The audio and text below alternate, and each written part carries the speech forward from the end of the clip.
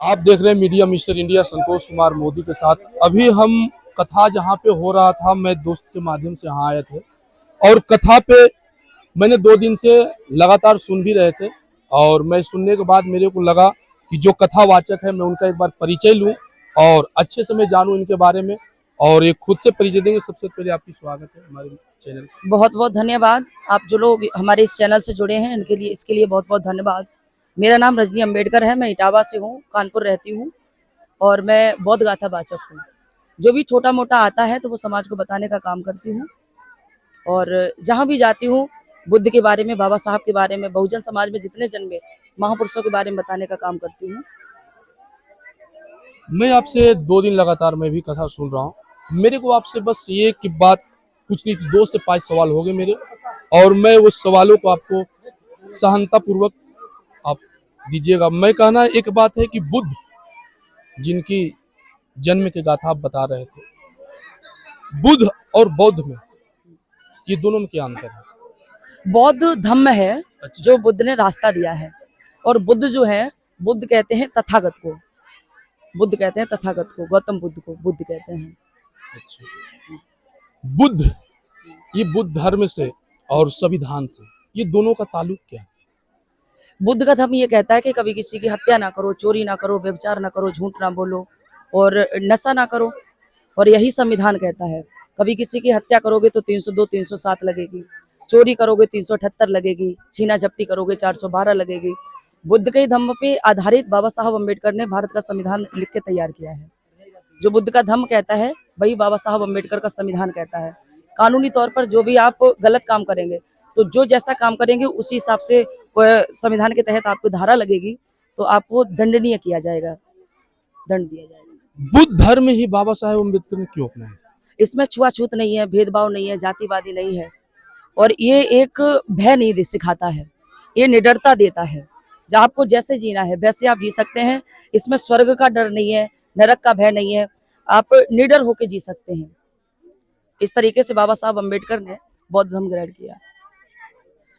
बौद्ध धर्म से जो प्रेरणा मिलती है लोगों को, ये प्रेरणा के बारे में बताइएगा।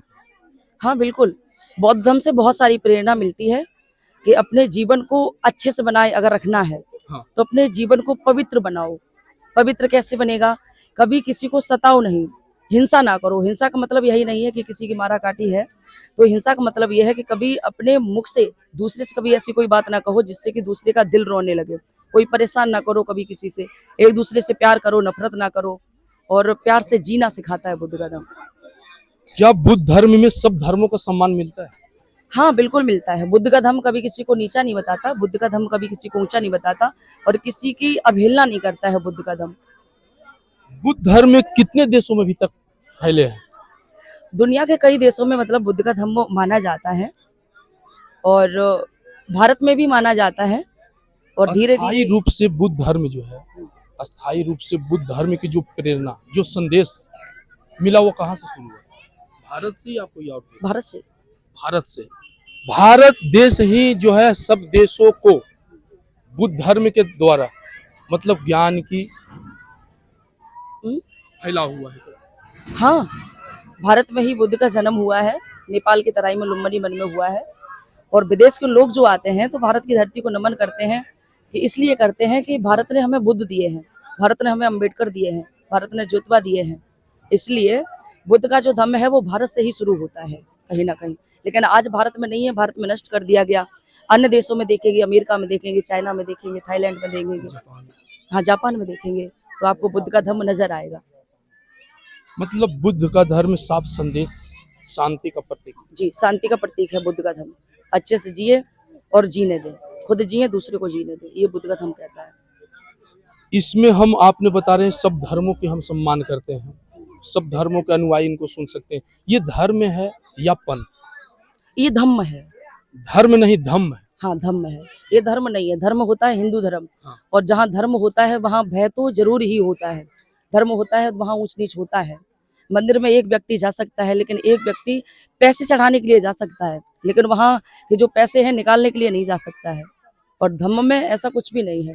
जो आपका मन करे वो आप कर सकते हैं। मंदिर बुद्ध विहार में जाएं, मन करता है कि दान पात्र में हमें कुछ डालना है बुद्ध विहार बनाने के लिए, तो आप डाल सकते हैं दान के रूप में, और नहीं मन करता है तो उसमें कोई भंते जी भय नहीं दिखाएंगे कि इसमें डालना पड़ेगा और नहीं पैसे डालोगे तो आप नरक में